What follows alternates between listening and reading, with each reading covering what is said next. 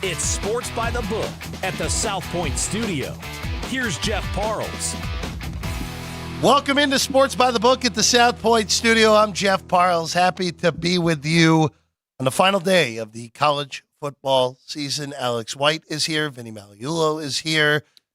There is a lot going on. We also have all the numbers that you need to know for the 6 NFL playoff games and Super Wild Card Weekend, including updated futures numbers as well. So a lot to get to. Alex, good afternoon. Good afternoon. Double duty for you today. I'm ready to go. You had to keep Frank in line on punchlines earlier today, and now you have to keep me in line. That was a big day for you. The it's Iron a tough Lady. job. You heard of the Iron Man?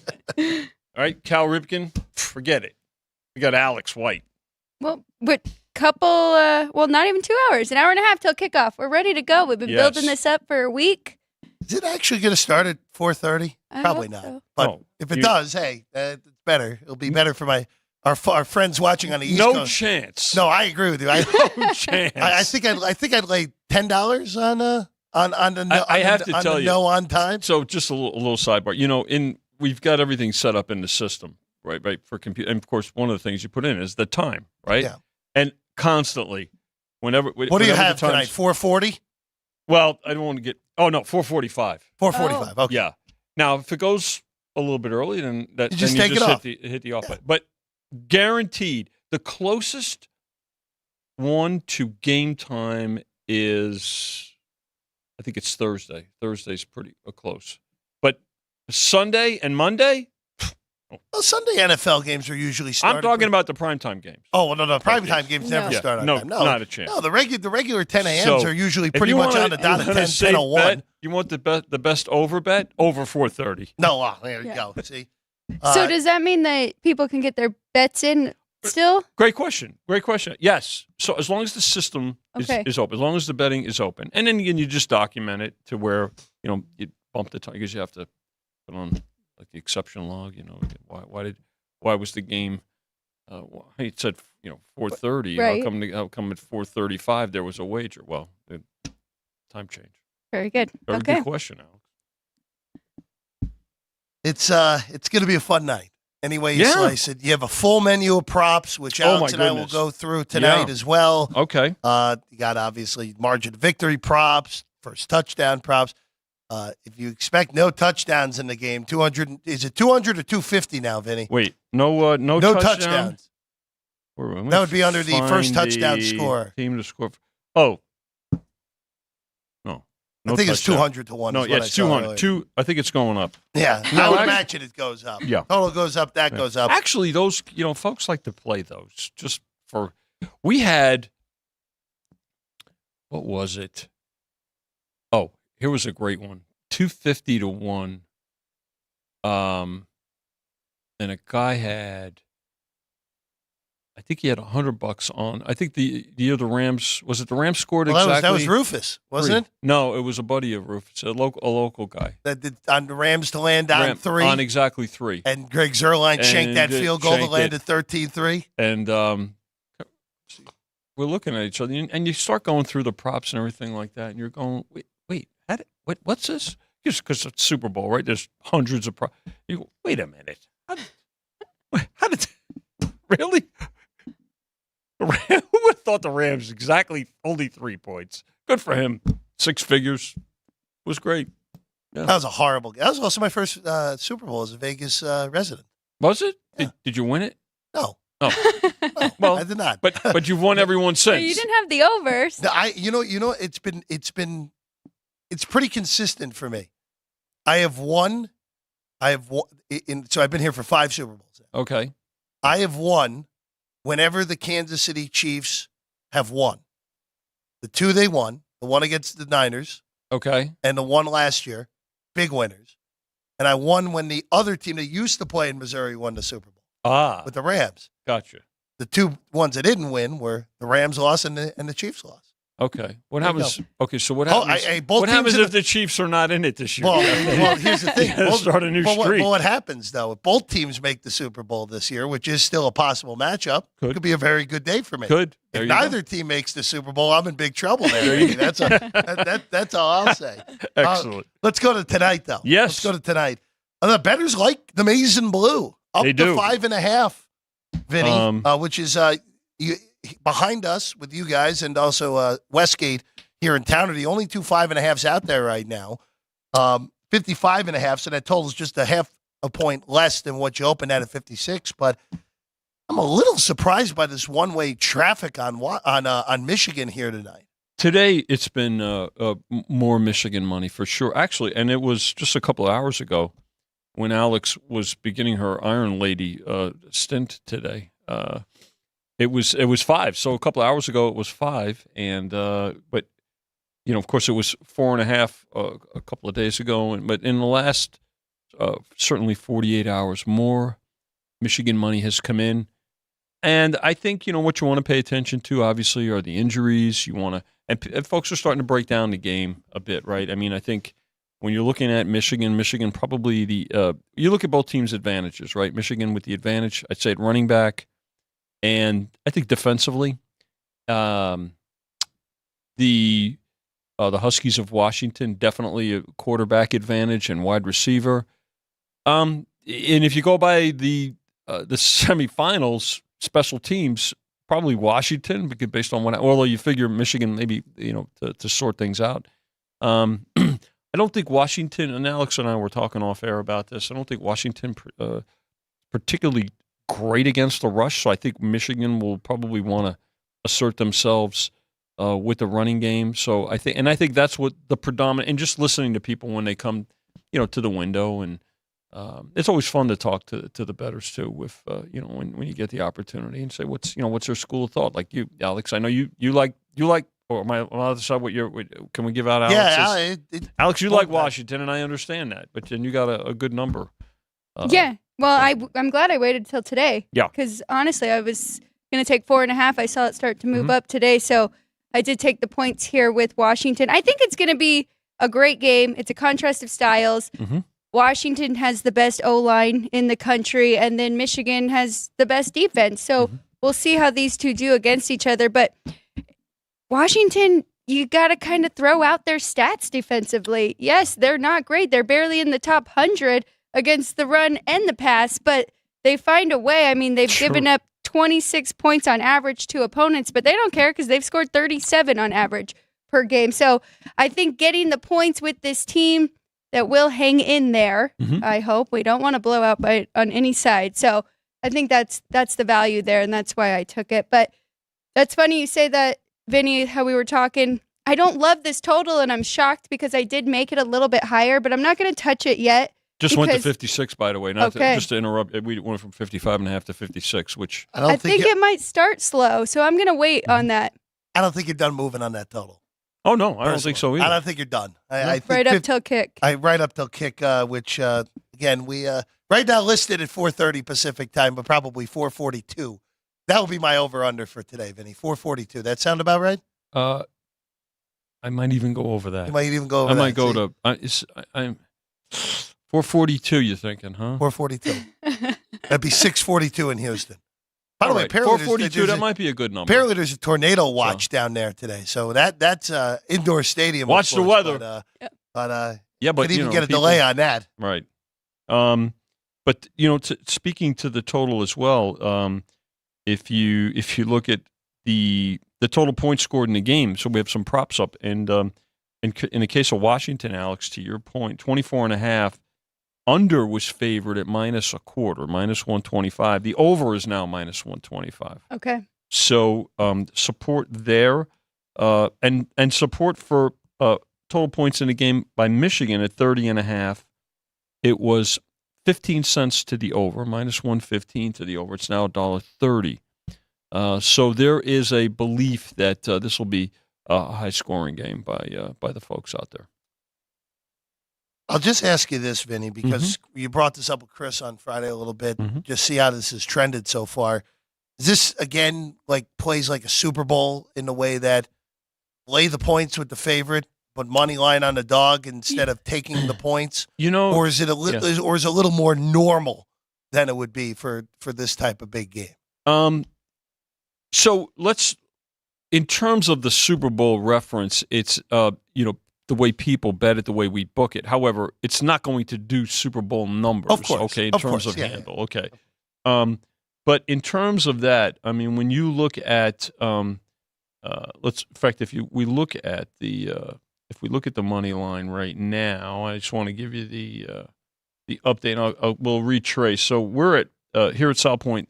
The money line is minus 220. It opened at minus 180, and again, the game opened at 4. It got as high. This is about the highest it's gotten at 220, but that also is a byproduct of the fact that Michigan has drawn money on the point spread too. In this case, Jeff, it went up to 90, then back to 85, and it kind of toggled back and forth between minus 190 and then minus 180. So it's kind of gone back and forth, but there's not been the rush for the money line just yet on the dog that we typically see in ratio, if you will, to a Super Bowl. But certainly folks that are backing Washington, let's say, in Alex's case, taking the 5.5, a lot of folks will say, you know what, while I'm at it, give me 200, give me 220 on plus 5.5, and give me $50 on the money line. So they'll sprinkle in a little money line action on it. But there's not been the ratio of a Super Bowl money line to point spread wagering scenario just yet. That may come in as we get closer to kickoff. The props. We discussed it a little bit that you have a full menu. This is obviously, look, nothing's the Super Bowl, because the Super Bowl you'll have your. Well, you also have 2 weeks. Well, you have 2 weeks. You'll also have 14 pages of props when it's all said and done on the Super Bowl. But for this, it's a pretty full menu of props here tonight. Yeah. For this game between Washington and Michigan, Vinny. Yeah, it is. I mean, and so we've got alternate point spread props. If you really like Washington, and you think that they're going to win the game, and whether it's convincing or not, you could lay 3.5 with Washington in this game and take plus 270. So you'll get a plus price if you want to kind of some alternate point spreads there. How about Washington minus 7.5? If you think they can, I don't want to say quite blow Michigan out, but win by more than a touchdown, you're going to get 4.25. You get better than 4-1 for your money. So the other side of it is, if you think Michigan is going to win convincingly and go beyond the point spread of 5.5, Michigan minus 10.5 is now there's. This also came in. This will correlate to exactly what we're talking about. So Michigan minus 10.5. It was at one time just under 2-1. It's 9-5 now, $1.80. So plus 180. So we did draw money there. And if you think Michigan is really going to take it to them, you can lay 14.5. So better than 2 touchdowns, and get plus 280. So there's alternate point spread props. I mentioned the individual team totals. We've got alternate total props. We've got individual player props. Let's look at Michael Penix. Obviously, quarterbacks are going to get a lot of attention here. Michael Penix total touchdown passes thrown in the game, over or under 1.5. The over, we made a 2-1 favorite. Yeah. They took plus 75 all the way down. They bet no. They bet on Michigan's defense here. So Michael Penix now to throw, in essence, 2 or more touchdowns is $1.70.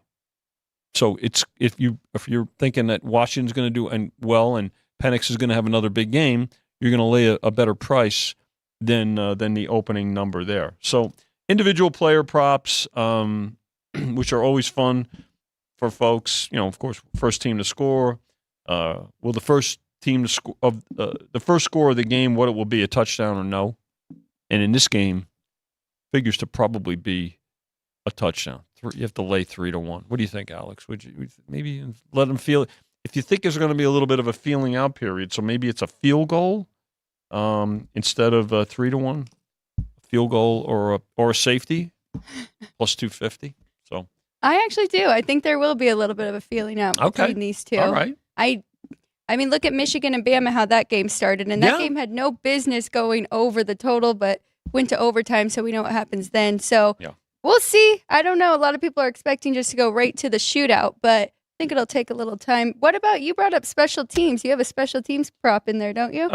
Will there be, let's see. On a defensive or A defensive- special team score? Yeah. Yeah. And, Plus 260? Yep. That's it. You like that, Jeff? No. I would says no? I would imagine after the disaster on special teams that Michigan had in the Rose Bowl, Yeah. that's going to be pretty well firmed up. You think they worked on that a little bit? Yeah, I think they worked on it a little bit. Yeah. After that, so I don't think anything Washington's going to get at. Could Michigan's defense score? Yeah, Michigan's defense could score Sure. in this game. But no, But that's what we put them together. Personally, that's a price where usually for most games, Vinny, that is priced in that plus 240 to plus 280 Yeah. pocket usually. We got 320, 260. The S is 260, and you get a lot of just Casual sprinkles bets. in there. Yeah. 20, Casual 50. bets. Yeah. But it adds up. I mean, of the course. people love to take a shot at the pluses, and again, what we're seeing more of in these college. Every year we add more props to the college championship game because they get more interest, and people love the props. The games within the game. And if somebody's got, let's say, for the sake of discussion, a couple $100 earmarked to bet on the game, they'll probably have within that, anywhere from 3 to 5, maybe half a dozen prop bets. And again, so that you can kind of spread out your bankroll and mitigate your risk. Before we get you back to work, Yeah. I got to ask you about the 6 playoff game. Okay, sure. We're all set. Last night opened. Yeah. Last night, we knew as soon as Buffalo, that game last night was pretty illogical all the way around. Allen, I thought, was bad for 3 quarters, but they found a way. As they've done, right? That was honestly more of a microcosm of what Miami has turned into. Vinny, they've been worse on. They have equal numbers against winning teams on offense that the New York Jets had against winning teams on offense. That's not good. That's not good, Vinny. That's right. The Jets are not in the Jets. playoffs. We don't have to think about the Jets again until September, thankfully. But Vinny, it's interesting with the way these numbers open and what we're at here. Mm-hmm. The folks are betting Kansas City. That's been the side that's been pushed the most. Yeah. Up to 4. Up to 4 from 3 on the opener. Yeah. Most of the market's back to 3.5. So I'd imagine you would go back to 3.5 potentially at some point during this week. Well, it's Maybe. probably a take, the 4. But the fact that it hasn't been grabbed right away, Jeff says, kind of shows you something. Maybe that and you have so much time, of course, for the game on Saturday, that maybe it will go higher. I mean, because I think you have to kind of, first of all, spirited effort by the Dolphins last night. They couldn't take advantage of it, and not only were they banged up going into the game, they got more banged up last night. Van Ginkel's out already for Saturday. So the Chiefs again, who talk about escaping, down the stretch a bit. Yet another playoff game at home here, but I think some folks may be waiting for 4.5, but the fact that 4 was taken in other places, we're going to probably just sit here for a little bit. Well, the narrative is that the temperature is supposed to be 0 degrees in Kansas City. You beat me to it. I was going to say, let's make you shudder a little bit, Vegas born and bred, where it's 7 degrees at kick with 20-mile-an-hour winds. That's a nice negative wind chill in Kansas City. By the way, that's going to be the warmest day. They were lucky this game wasn't Sunday night, because Sunday night at what would have been a Sunday night kick would have been -1. Oh, my gosh. With a wind chill of -20. I think the Dolphins have gotten better with, right? I mean, they have. Well, this year their schedule broke. All their cold weather division games, their last one was Black Friday, and it was a pretty reasonable day in New Jersey that day. I don't know. There's always that, a warm weather team heading to that kind of temperature. I don't know. I think it hasn't been as predominant a factor as it once was. Teams travel better. They practice differently. I mean, they'll certainly, if you're the Dolphins, you're going to go there sooner, right? You're not just going to go there the day before, and you want to get acclimated to it. So if the weather's, Chiefs have to play in that too. It's not like the Chiefs have been playing at the North Pole for the last couple of weeks. Well, I will say, Kansas City, Mahomes has only lost one game sub 20 degrees so far in his career. He has been, for a kid who grew up in Texas, has been very good in these cold weather spots. Granted, this is the weakest team that he has had by a wide margin since he's taken over as quarterback. All I'm going to say is, and we'll have time to look at this on Thursday and Friday, and of course into the weekend. I actually like 4 out of 6 underdogs this week. The only ones that I don't like are right now 2 of the 3 biggest on the board. Miami, I don't like at all, and the Pittsburgh-Buffalo game screams Buffalo running him out of the building. Well, they did lay that. I know they laid it up to 9.5. There's even some 10 out there. There's 10s. There are 10s out there. AJ Watt. TJ Watt. TJ Watt. Watt, regardless. I mean, big factor. I mean, he's the key to that defense, and the defense is the key to that team. I think now again at 10, it's a take of the number in a playoff game. I mean, the Steelers. You're going to back the Steelers. You need Rudolph to be very efficient, not give the ball away, not make mistakes, and you need them to be able to run the ball the way they've been running the ball. Najee Harris has been very good in the last couple of games for the Steelers, right? So Steelers with some other injuries too, and the Bills. Look, they've been banged up all season, so they have managed it very well so far this year. The Cowboys are another big favorite. They did take the 8. That game is at 7.5. Yeah, the Packers are my favorite bet of the weekend. Personally. Okay. Yeah. I just the way that offense is played, and I know they only put up 17 yesterday, but Love played really well in that game. They just kept shooting themselves in the foot with stupidity. Now, if you do that against Dallas, you can get run in that building for sure. But I like them. I would imagine it. I know that they laid you back up to 3.5 on the game in Detroit after they got bet down. Yep. So there's a toggler already. Yeah, that's 3.5. I have a feeling that the public's going to come in pretty strong on LA late. But the only thing is, the Lions have been as public of a team as there is all year. Ever since even last season, not just the second half of the season, especially, where they made that run and made the playoffs. And then, the interesting thing is on Monday night, the Eagles, they laid the 2 with the Eagles. It's up to 2.5. So. Yeah, I mean, I know Tampa Bay looked awful in the game against the Panthers, but I can't get there with the Eagles. I mean, they fell apart that's against the Giants. That's the one game where I lean Tampa, just because I don't know if the Eagles are capable of beating anyone but the Panthers at the moment if they were to play. But I mean, if Tampa played the other 30 teams in the league yesterday, they lose. They only won yesterday because Carolina was so impossibly inept again. Yep. Carolina, by the way, 8 straight quarters without a point to end the season. Very quality stuff right there. It did have the touchdown taken away when legal formation lost control right before the pylon. Got to give Baker Mayfield a lot of credit, though, as banged up as he's been all year, and the way he gutted it out yesterday and did a great job. It's surprising that there were no touchdowns in that game. So a little bit of extra rest for him and Jalen Hurts. So I guess that is good. Yeah. Frank was talking about why this game on Monday night, but might benefit both of them. This is actually, I actually got your explanation on that. This is a very easy explanation. 4-5 game has to go Monday because they want to be able to make the schedule for the following week. The 4-5 game, they already know where everywhere else is going in the conference because the 2 seed would automatically get a home game. If it doesn't, at that point, you would know, okay, if the 2 loses to the 7, then the 3 would host. We already know where everyone else is going. 4-5 is easiest to figure out where they go. And even with how bad Philadelphia has been, they're still the biggest draw of the 4 teams in a 4-5. So there you go. Very good. Yeah. Frank, I hope you're watching. Breakdown, Joe. Easy enough. So, yeah, I think, and again, this is a far different game. I think it was week 3 where the Philly ran them. I think it was a Monday night game. It was. And Philly was a different team.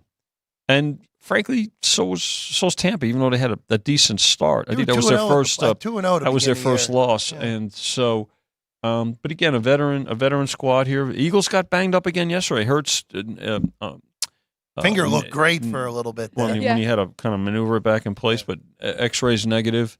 Hollywood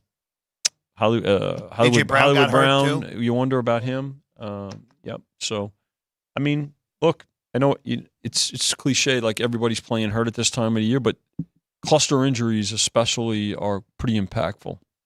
Well, I'm waiting to see who's going to be playing for the Dolphins, because if they get Mostert back and Waddle back, then I actually like the Dolphins, even going in that cold weather. You said, I mean, they put up a fight yesterday. Yeah. Just a lot of interceptions for both those quarterbacks.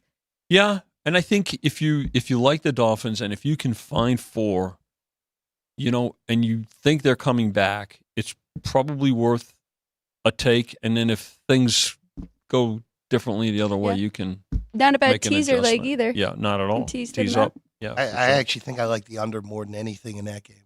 If you got the 2.5, there were some early 2.5s on Kansas City. If you got those, well done.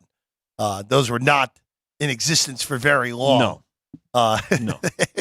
Maybe about 3 minutes when the lines popped as soon as less than a blink. Yeah, less than a blink. It was a wink. Yeah.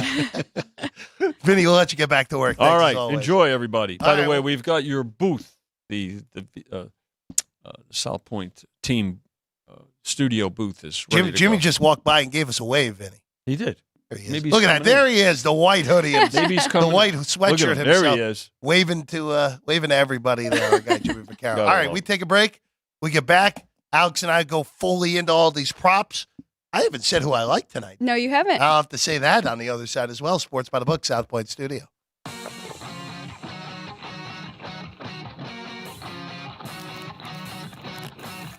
Once you've satisfied your hunger, get ready for more of the hottest casino games in Vegas. Our 24-hour, 30-table non-smoking poker room proudly hosts all the most popular poker games with a variety of betting limits. Visit the poker room for a schedule of daily tournaments. Whether you're going to hold 'em or fold 'em, the best place for poker is at South Point Casino. You'll notice that our craps tables are usually the loudest in the casino. If you've never played, join one of our free craps lessons to find out what makes this game so exciting. Check with the craps dealer for schedules and give it a roll. Bingo is also an exciting way to spend your time. We offer 7 sessions of bingo every day. And each session includes a cash ball jackpot, 12 bingo games, a progressive double action game, and a $10,000 bonus coverall. Electronic units are available. If you haven't played bingo with us, give it a try today. Guests can also get in on the action at our one-of-a-kind race and sports books. 2 separate rooms designed to maximize your experience and comfort. Our sports book, with over 400 seats, puts you right in the middle of the action, 24 hours a day. The friendly ticket writers are happy to help, and it's conveniently located next to the famous Del Mar Deli, where you'll find supersized portions of delicious deli items like roast beef, pastrami, and Reuben sandwiches, or soups, salads, and pizza, plus spectacular desserts fit for a king. And right next door is the race book, over 150 seats, each with its own TV screen. There are 16 interactive player terminals, so you can bet right from your seat.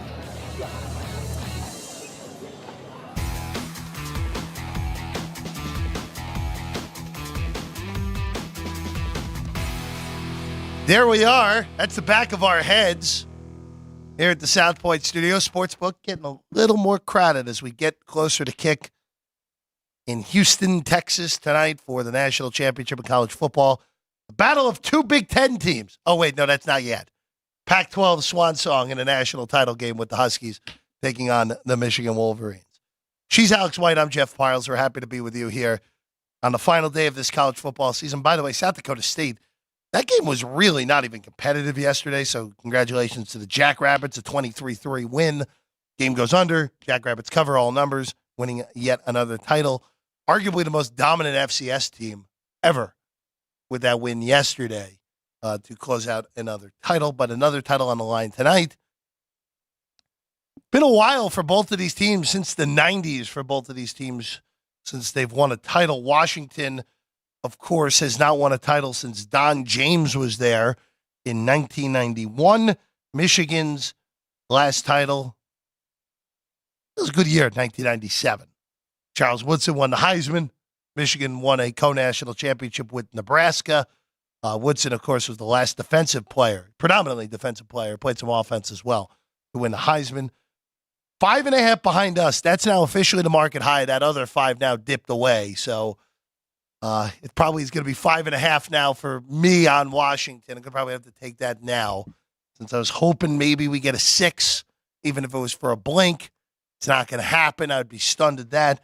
You're already on the Huskies, Alex, in this one. I am. I think, like I mentioned, I think it's just going to come down to the trenches here, and I think Washington has proved themselves. We thought Texas was going to out-physical them, and they didn't. They didn't sack Michael Penix one time. So that's really going to be the key for Michigan.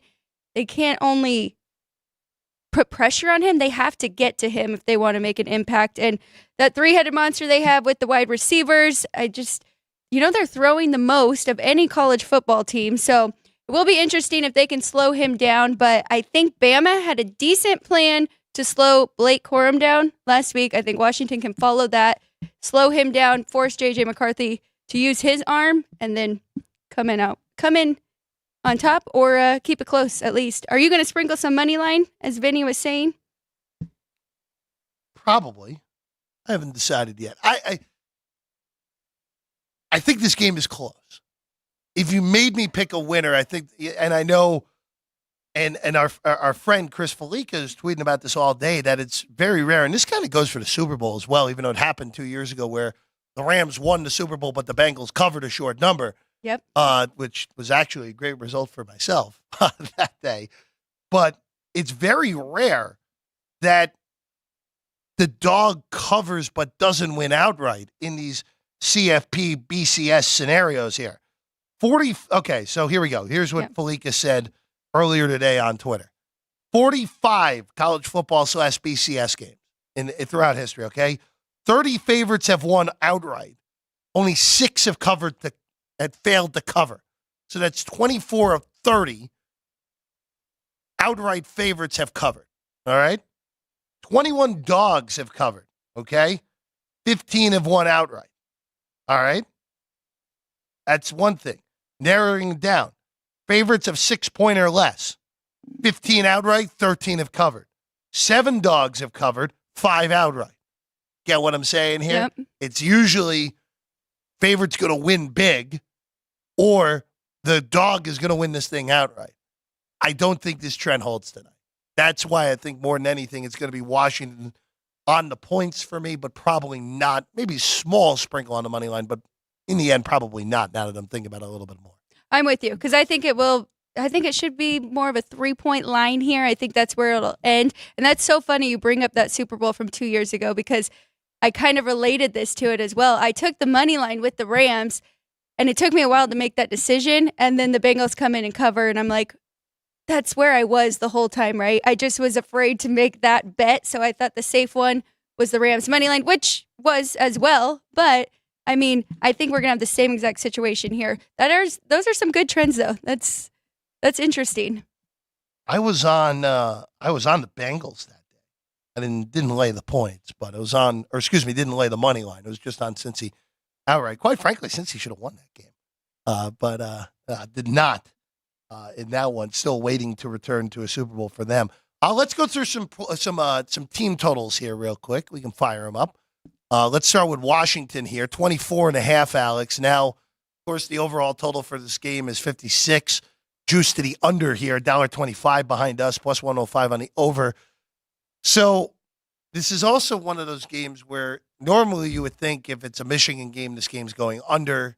And if it's a Washington game, this game's going over. I'm not so sure if I'm in that camp. I'm not going to touch this. I think what Chris had right is the 24.5. First half total, by the way, 10.5 juiced over at -1/4. I'd probably be more willing to play that over more so than the full game, Alex. I'm completely with you. I like that one, actually.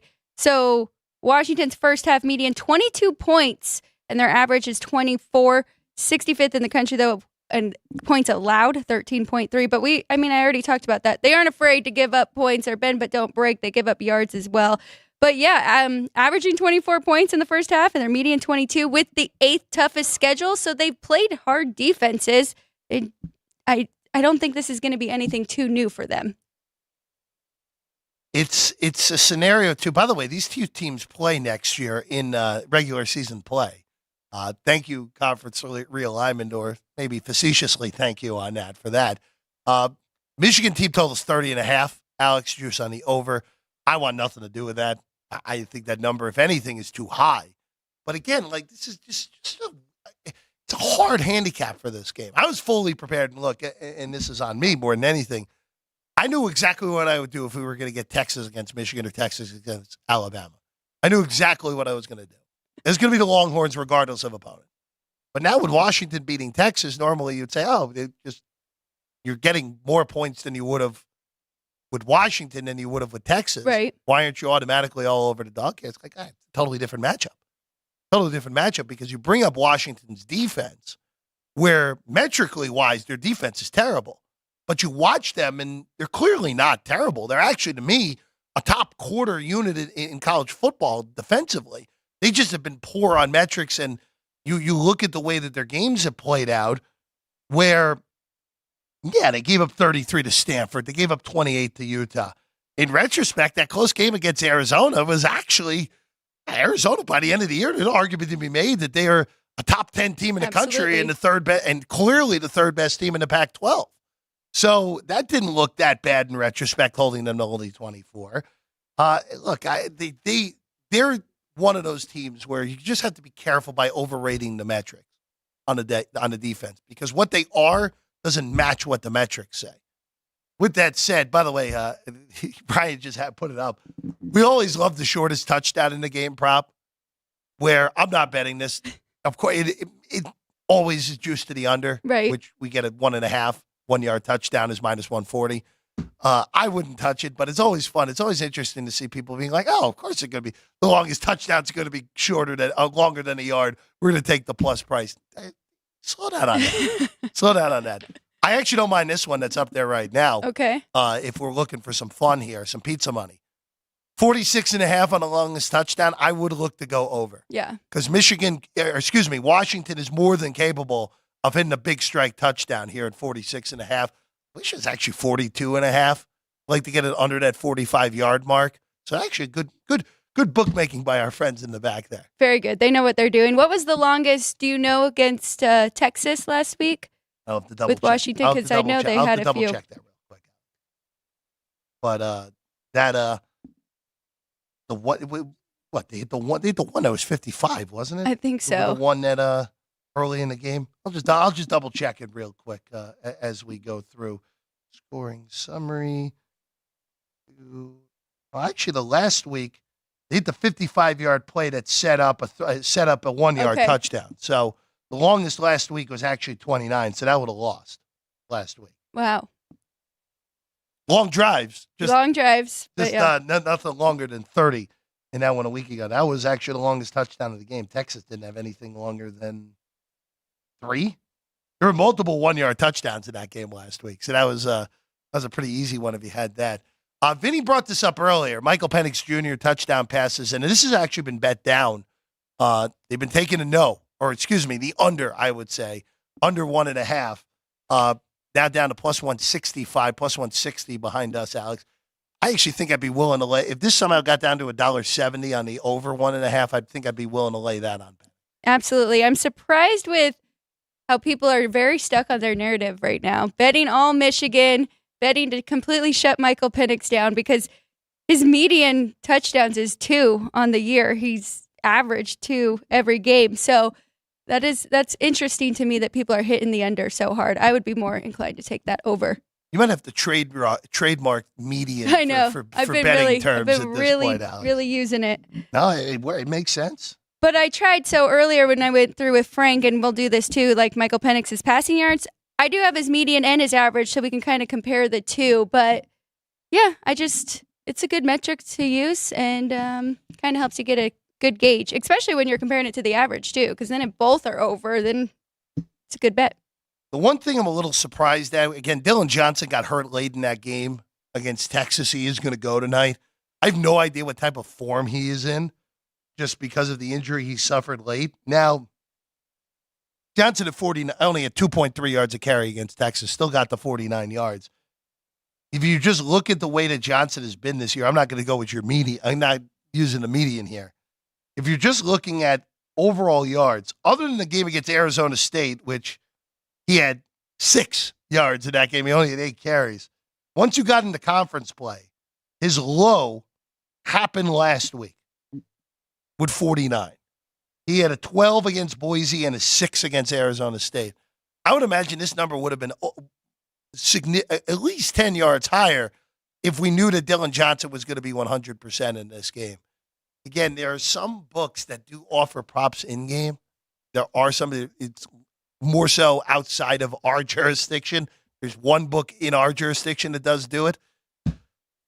That would be one I would be looking at potentially as an in-game prop scenario, where if he looks healthy, all right, we'll look at this thing over, but just don't go too crazy on looking to go over there. Yeah, it is tough, especially we don't know if he is 100% here, but you're right. 11 of 13 games, he went over 43.5, and the 7 straight up until last week's game. So it's tough to pass it up, but without knowing how full strength he is, I'm with you. Polk right now, 53.5. Adunze at 89.5. Again, these Washington pass catchers last week had one of the most dominant showings of all time. They targeted 20 times, 19 catches between the 5 of them for over 300 yards. Just total domination. Adunze on his way to being a top 15 pick. He'd very well be wearing the same jersey that Ryan is wearing right now. It's orange, if you get any thought of that next year. I don't think I would actually play any of these receiving props. I'm just curious, again, for Washington, where last week the question going into Texas was, how can they block that front? And their offensive line played great. Yes. Their offensive line was awesome in that game. And Texas got too many dudes on that line to not get some pressure, but they held up pretty darn well. Michigan, another elite pass rush. That's what it's going to come down to tonight. If Washington's able to hold up, then I feel pretty darn good. You should feel pretty darn good about your points that you took with Washington, because there's no reason to think they can't stay in the game if that offensive line holds up yet again. Absolutely. It's going to be one of the biggest keys to the game right there. And then on the flip side, if they can slow down the run. But you're right, it is really tough to jump in on any of these Washington receivers because they do spread it out very well. Brian was just talking about, I actually took Jalen Polk over because it's 53.5, and I just think that's a little too low for him. He's gone over that in 9 of his 12 games. Had a huge game last week against Texas, as you mentioned, 122 yards. So he's the one guy I did go over. I don't hate Rome Odunze either because I think it's a little low for him. His average is 110. His median is 109. It's gone over that in 5 straight. But it's interesting because when I was looking earlier this morning, his prop was 93.5, and now it has moved down. So looks like people are betting that under. But like I said, they've got their narrative set, right? Michigan wins, shuts Michael Penix down and all his receivers. So we'll see what happens here. Well, it's also, too, again, where Michigan, in the last 2 undefeated teams at the FBS level this year. And Michigan, you mentioned it, like the narrative the whole way, is that this Michigan defense is too strong. Washington, again, has gotten lucky. They've won all these close games in a row, all that. Sometimes you're just really good.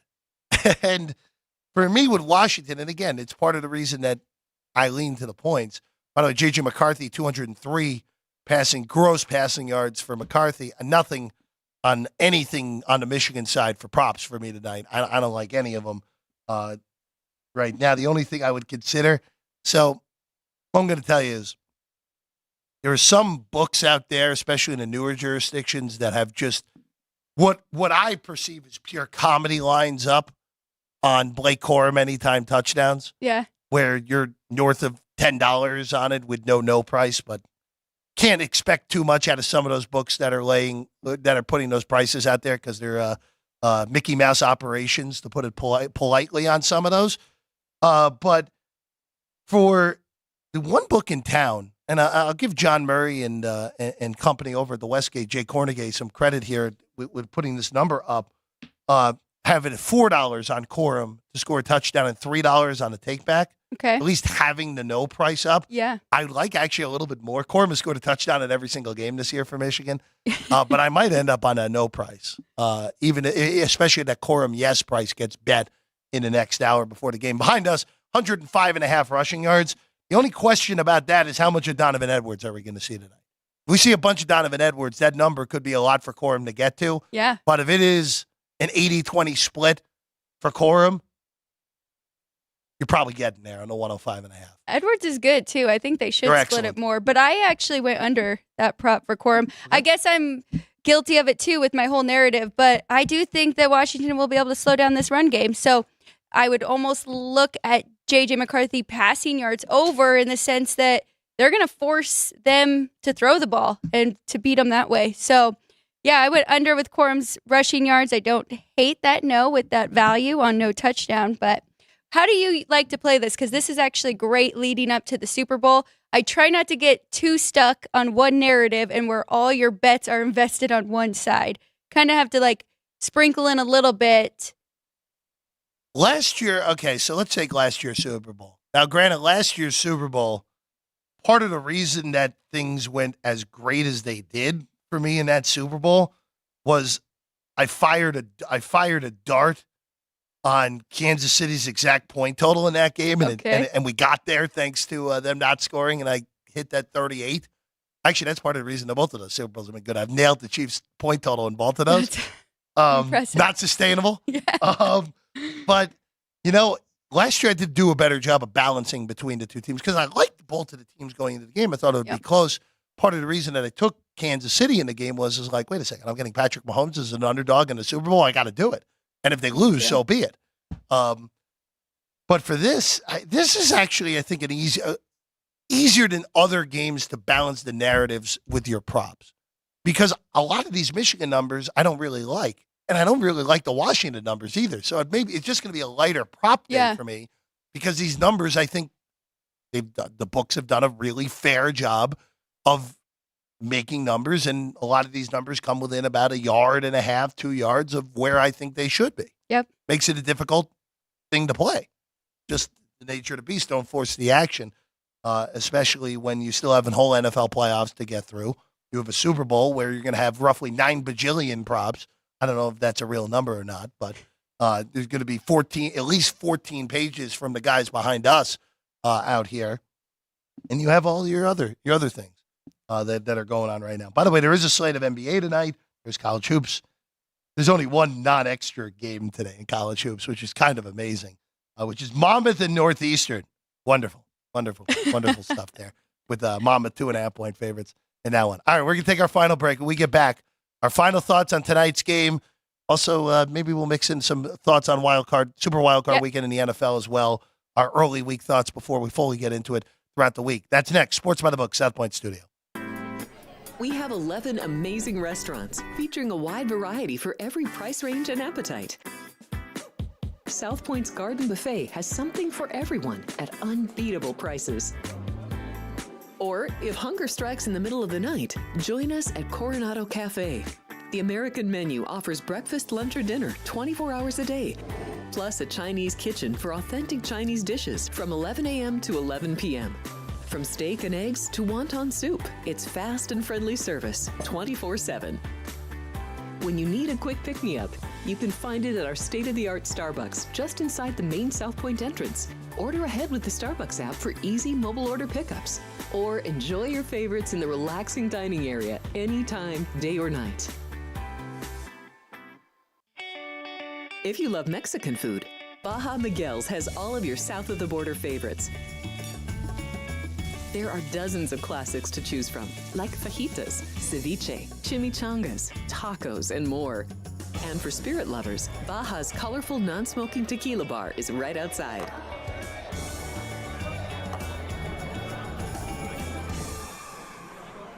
Or maybe you're in the mood for seafood. Big Sur Oyster Bar has fresh seafood prepared right before your eyes. Savor freshly shucked oysters, crab legs jambalaya, shrimp and lobster. Beers on tap and a selection of fine wines are perfect to pair with your seafood favorite. Whether lunch or dinner, you'll love this fun atmosphere, located just off the casino floor. Ready to shake things up?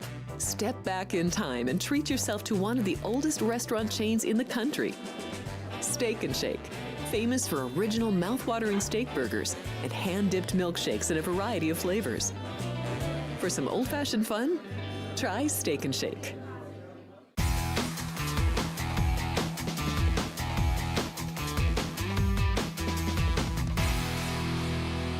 That's the sports book behind us. Going to be a little more full in about 50 minutes for certain. Right now, what? Dude? That clock says 55 minutes. 55 minutes. That's 3:45. All right, there you go. 4:45. Vinny, you win.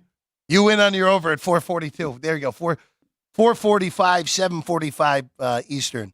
I'm actually going to text my dad after the show. Say you might be able to make it tonight. For this one. All right. Back to it.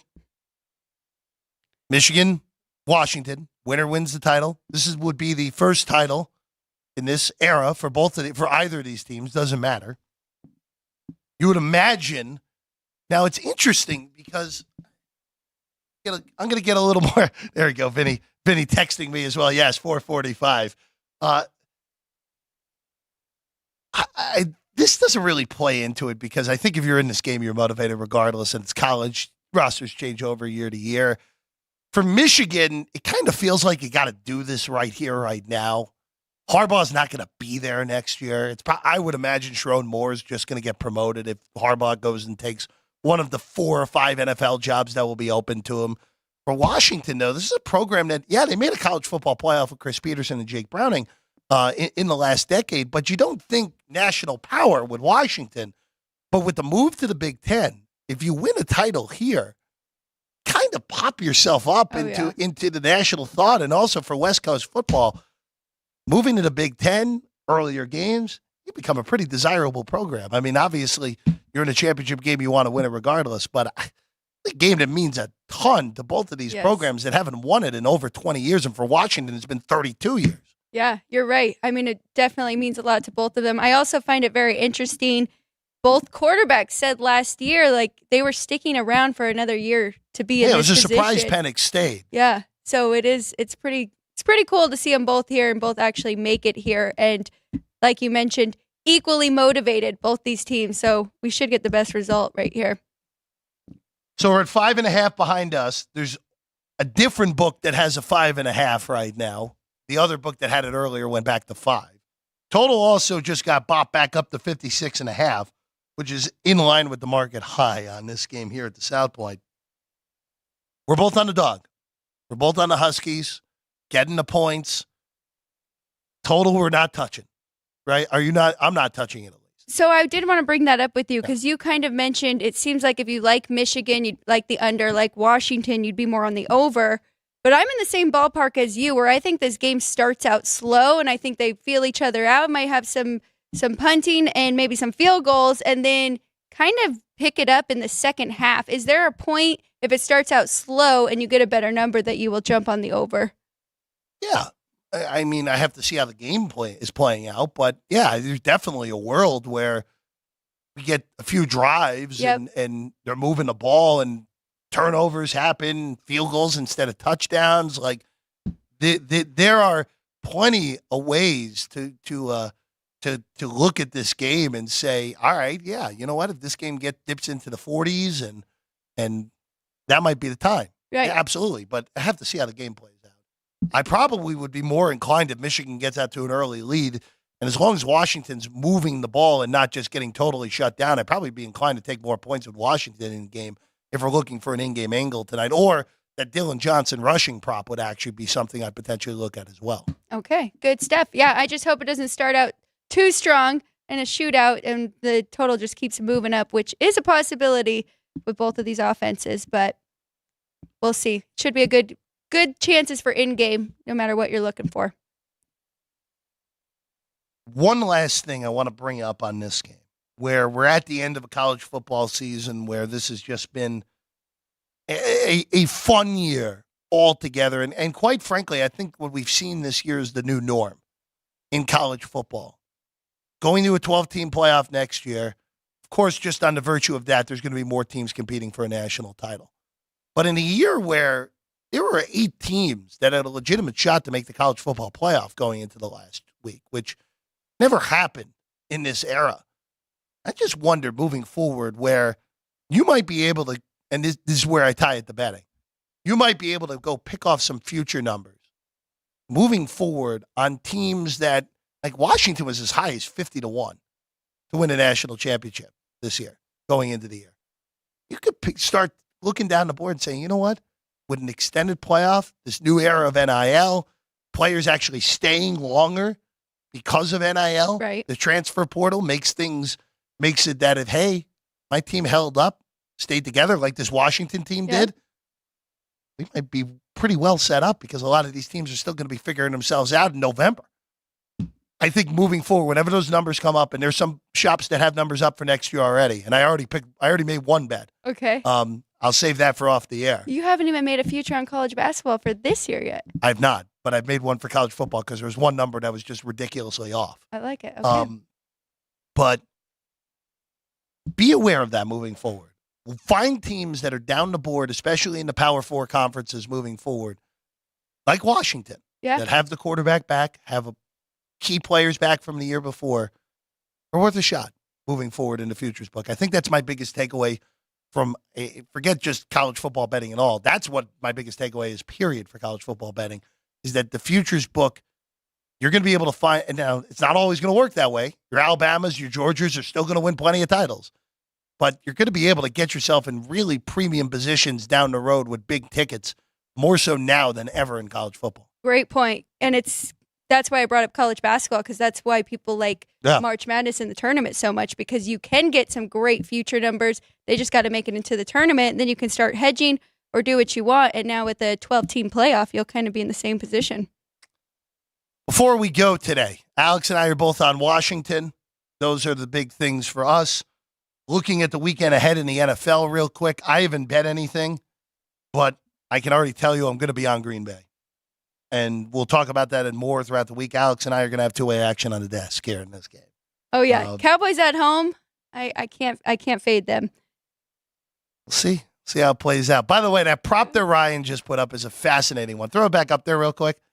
The team to score last, which is always a fun handicap here.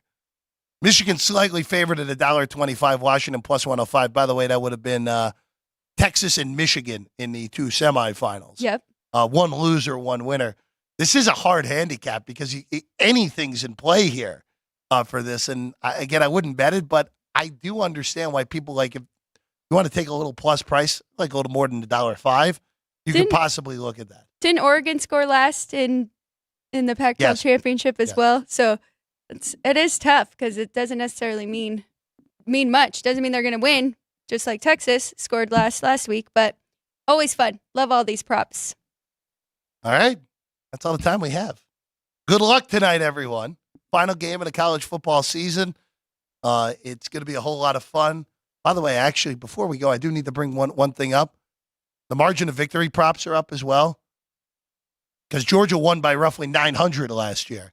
If you like Michigan by more than 37, 35-1. If you like Washington by more than 37 at 80-1. I don't think you're getting that this year. Just throwing that out there. There are the numbers behind us. Of course, subject to change as we talk because they can move on snap of a finger. Yes. Very easy. Very easily there on all those numbers. All right, Alex. Good luck. Yes. Good luck tonight. You We'll too. see how it goes. And Ryan, Jerry, good work as always in the back. Shout out to our guy, Vinny Magliulo, for doing a great job as always here all college football season long. For Alex White, I'm Jeff Parles. We'll see you again on Thursday at 3 o'clock here on Sports by the Book at the South Point Studio.